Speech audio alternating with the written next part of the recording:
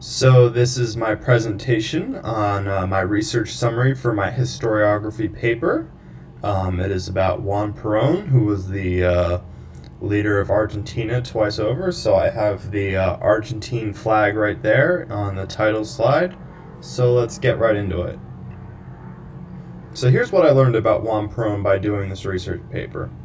I first became interested in Peron's presidency from the Latin American history course. So doing this research paper, it sort of taught me even more about his reigns, and I have an S there because there was two of them.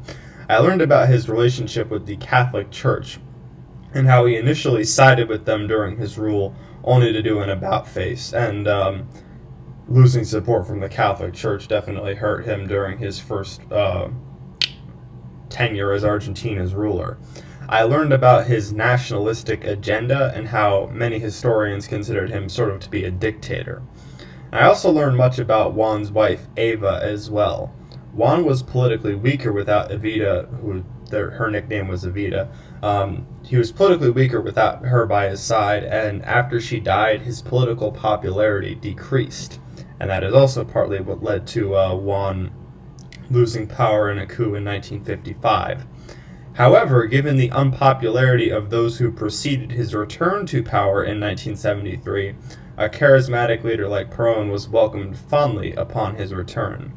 All this background knowledge about Juan Peron helped form the basis of this paper. So let's get into what exactly I did for research about this topic. So getting different perspectives on Peronism, that was one of the big goals of my research paper. So I found my sources primarily on WorldCat. I wanted to find sources dating back to the 1950s when Juan Peron actually ruled, all the way up until the modern day. So when I searched in WorldCat, I often searched Peron and then a particular decade. So from reading the Lewis and Clark paper in class, from that time I envisioned my research paper to go in a similar chronological fashion, just like Lewis and Clark. The paper sort of started with perspectives from the early 20th century all the way to different perspectives. Now, I wanted to do a similar thing. So I wanted to see how perspectives evolved over time in order to truly understand the history of history as it relates to Peron. And as a result, I have found how historians have shifted their focus from sort of economic and labor relations perspectives, and now they tend to focus on other specific topics like Peron's relationship with the media or minority communities. So perspectives have definitely changed over time. So I obviously had to get some books from the Reeves Library for this particular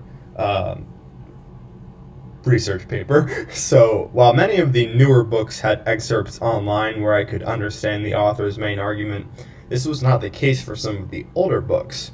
So I got 4 books from the library for my research. These included The Peron Era, which was published in 1951 during Peron's initial rule.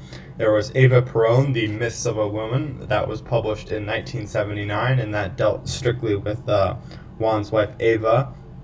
There was Juan Peron and the Reshaping of Argentina, which was published in 1983, and then Peron and the Enigmas of Argentina, which was published in 1987, and these books helped form much of my paper. For example, I understood how historians became more critical of Eva Peron by the 1970s, as opposed to when she was actually still alive in 1951. And by the 1980s, historians became fascinated by Peron's time in exile, as well as his 1973 return to power, as that had they had some time to digest that history, so to speak, so they became more interested in it, I believe. So, finding the author's main arguments. This is sort of one of the main things I was trying to do while assembling this research paper, was to find exactly what each author's historiographical perspectives were and finding what their main arguments were. So for older works, I found it more difficult to find exactly what the author's main arguments were. For example, in works like the Peron Era and Juan Peron and the Reshaping of Argentina, both authors touched on numerous subjects. They gave general overviews of Peronism, talking about the topic in numerous capacities or contexts. They focus on Peron's relationship with labor and how he impacted ordinary Argentines in both positive and negative ways. But overall, these authors seemed very focused on how Peron came to power, with the 1951 book focusing on his initial rise and the 1983 book focusing on his return. Both books emphasize Peron's charisma and determination as factors in his respective risings to power. So here's more about finding the author's main arguments. For newer works, it was easier to find main arguments. Newer historians focused less on general overviews of Peron and more on specific topics. For example, The Fourth Enemy, Journalism and Power in the Making of Peronist Argentina focuses on Peron's censorship of the media. Creating Charismatic Bonds, Letters to Juan and Eva Peron focuses on how ordinary Argentines interacted with their populist leaders. And I say leaders because Eva was definitely a leader just as much as Juan was. And Populism and Ethnicity, Peronism and the Jews of Argentina challenges the traditional narrative that Peron had a poor relationship with the Jewish community. So I would read the introductions of these books because I felt they gave me a solid overview of the topic. It told me exactly what each author contributed to the historiography of Peron. With these newer books, I kind of had the opposite problem with the older books. The older books I could find in the library, but I couldn't find online. The newer books I couldn't find in the library, but I could find online. So honestly, all I could usually do was read some of these excerpts with some of these newer books. I couldn't find them in the library, but I could read the excerpts of the introductions, and that gave me enough of a solid general overview of what each of these authors were trying to argue, so I could see how their perspectives on this topic have changed over time. So that's that.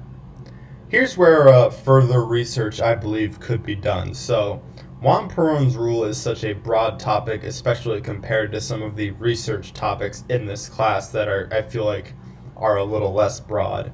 So therefore, in the conclusion, I feel it would be appropriate to acknowledge some of my paper's shortcomings when I release my final draft. I am sure there are plenty of perspectives I am missing. For example, I have not yet included a source from the 1990s. Also, I have focused more on Peron's relationship with the labor community while not examining his relationship with the upper and middle classes much. I am sure that as time goes on, historians will unlock other perspectives on this topic that have been ignored in the past. In my opinion, there may be an increased focus on Peron's relationship with minority communities, as minorities have seen, for example, an increased focus in American historiography. So I'm wondering if the same will happen with Argentina, because one of the most recent books I looked at examined Peron's relationship with the Jewish community. So I'm wondering if, there will be an increased trend towards examining Peron's relationship with other minority communities in Argentina. So that's where I think further research could be done on this topic. So thank you for watching. There's Juan and Eva on the left, and that's Juan during his second rule in Argentina with his other wife, Isabel. So thank you for watching.